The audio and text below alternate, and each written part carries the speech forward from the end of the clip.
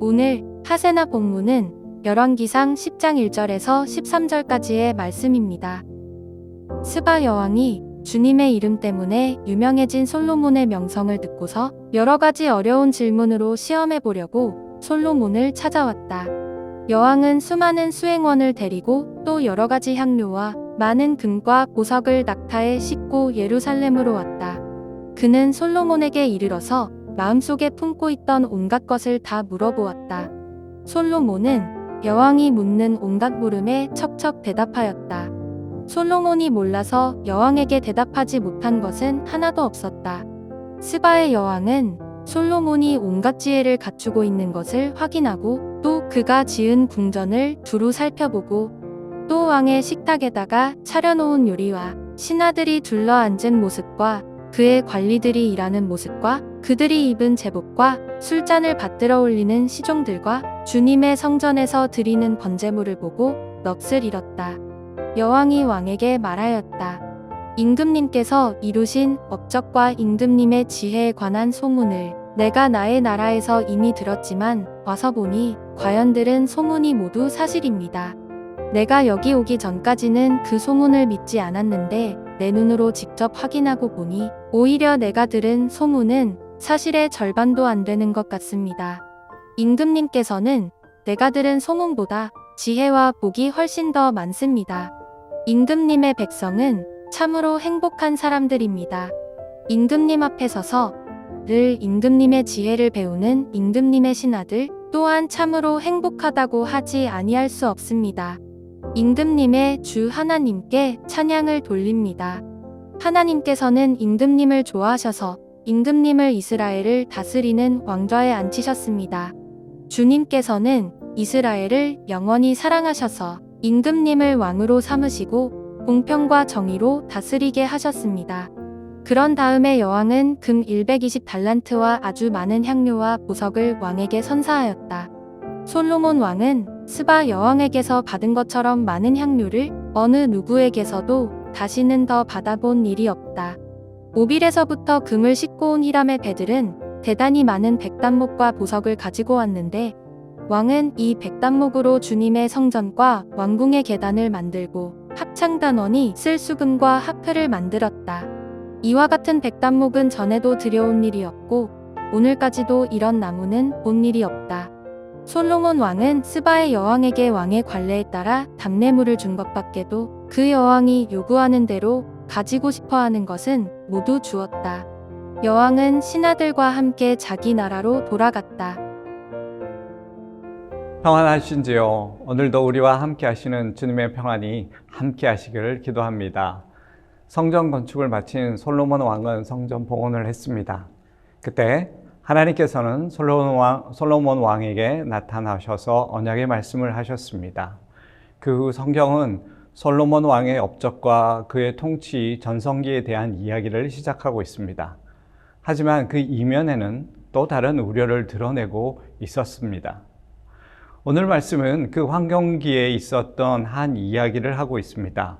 솔로몬 왕과 스바 여왕에 대한 이야기입니다.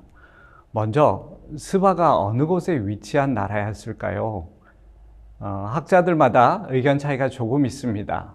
스바가 아프리카의 에티오피아이다. 또 지금 에티오피아 위쪽에 위치한 에리트레아이다. 또 어떤 학자들은 사우디아라비아 아래쪽에 위치한 예멘 지역이라고 말하기도 합니다. 솔로몬 왕은 지금으로부터 약 3000년 전의 사람이니 그 당시 스바 나라의 국경이 어디까지였는지는 확실히 알기는 쉽지 않을 것입니다. 어쨌든 현재 에티오피아, 에리트레아, 예멘은 인접한 국가들입니다.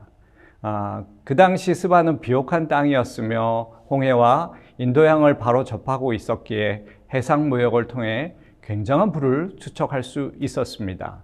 그래서 값비싼 향신료, 향료, 금과 보석 등으로 유명한 나라였습니다. 성경에서도 스바에는 금과 보석이 가득하다라고 말하고 있을 정도입니다. 또 이렇게 무역 거래가 활발하게 이루어지다 보니 당연히 많은 사람들이 왕래하였을 것이고 각 지역의 다양한 지식들이 그곳에 모였습니다. 그로 인해 지혜를 추구하기도 했습니다. 이런 나라에 부유하고 지혜롭다고 평가를 받고 있었던 스바 여왕이 솔로몬 왕의 지혜와 부유함에 대한 소문을 듣고 솔로몬 왕을 찾아왔던 것이죠. 그녀는 솔로몬이 얼마나 지혜로운 왕인지 직접 보고 싶었고 또 시험해 보고자 하는 마음이 있었습니다. 물론 그녀는 나라 간의 무역과 문화를 교류하는 마음도 있었을 것입니다. 그리고 아마도 그녀 또한 자신이 인생의 문제에 대한 답을 얻을 수 있을까 하는 마음도 있었을 것입니다. 이런 목적으로 스바 여왕은 솔로몬을 찾아왔지만 그 거리가 상당합니다. 이 스바에서 이스라엘까지는 대략 2,500에서 3,000km 떨어진 곳입니다. 한 나라의 왕이 자신의 나라를 비우고 이렇게 먼 거리를 이동하는 일은 결코 흔하고 절대 쉬운 일이 아니었습니다. 정복 전쟁을 하는 경우를 제외하고는 이런 먼 거리를 이동하지 않았습니다. 결국은 솔로몬 왕의 지혜와 명성이 그만큼이나 대단했다는 것이죠. 스바 여왕은 많은 수행원들과 향료와 금과 보석을 싣고 예루살렘으로 왔습니다. 그리고 실제로 솔로몬의 지혜와 예루살렘의 모습을 보고 놀랐고 감탄을 하게 되었습니다. 스바 여왕은 예루살렘에 오기 전까지는 솔로몬 왕과 예루살렘에 대한 소문을 믿지 않았는데 자신의 눈으로 직접 확인하니 소문은 사실의 절반도 못 된다고 말하면서 이 나라의 백성들은 참으로 행복하다고 칭송을 하였지요. 그리고 스바 여왕은 무엇보다도 이와 같은 은혜를 베풀어 주신 하나님께 찬양을 드리고 하나님께 영광을 돌렸습니다. 여러분, 열왕기의 저자나 스바 여왕은 솔로몬 왕의 지혜와 부는 철저히 하나님으로 인한 것임을 말하고 있습니다. 오늘 말씀 1절을 보면 스바 여왕이 주님의 이름 때문에 유명해진 솔로몬을 찾아왔다고 말하고 있고 9절에서도 스바 여왕은 하나님께 찬양을 돌리며 하나님께서 임금님을 좋아하셔서 임금님을 이스라엘의 왕으로 앉히셨습니다. 또 주님께서는 이스라엘을 영원히 사랑하셔서 임금님을 왕으로 삼으시고 공평과 정의로 다스리게 하셨습니다. 라고 말하고 있기 때문입니다. 하지만 솔로몬과 이스라엘은 점점 자신들의 부귀함과 성공에 취하여 가고 있었습니다.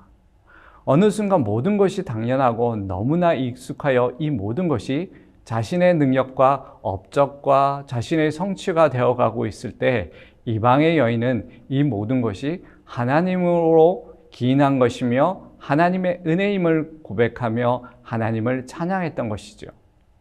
여러분, 우리에게도 어느 순간 모든 것이 당연하고 너무나 익숙하여 하나님의 은혜임을 잊을 때 다시금 하나님께서는 주변을 통해서라도 우리의 모든 것이 다 하나님의 은혜임을 기억할 수 있도록 깨닫게 하십니다.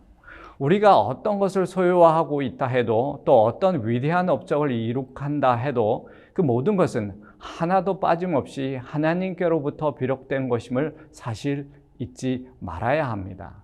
사랑하는 여러분, 무엇 하나 당연한 것 하나 없습니다. 우리 삶의 모든 것이 하나님의 은혜입니다. 그것을 놓칠 때 우리도 얼마든지 양극단을 향해 달려갈 수 있습니다. 교만과 낭망입니다. 이 어떤 것도 하나님께서는 우리에게 바라시는 것이 아닙니다. 우리의 믿음의 고백처럼 모든 것이 다 은혜이면 결국 하나님께서 항상 우리와 함께 하고 계시다는 바로 그 증거입니다. 그 은혜를 놓치지 않는 저희들이 되기를 소망합니다. 오늘의 하시조는 우리 교회가 선교하는 라오스, 인도네시아, 미얀마 선교사님의 가정과 사역을 위해 기도하는 것입니다. 오늘의 하시조 함께 하시죠.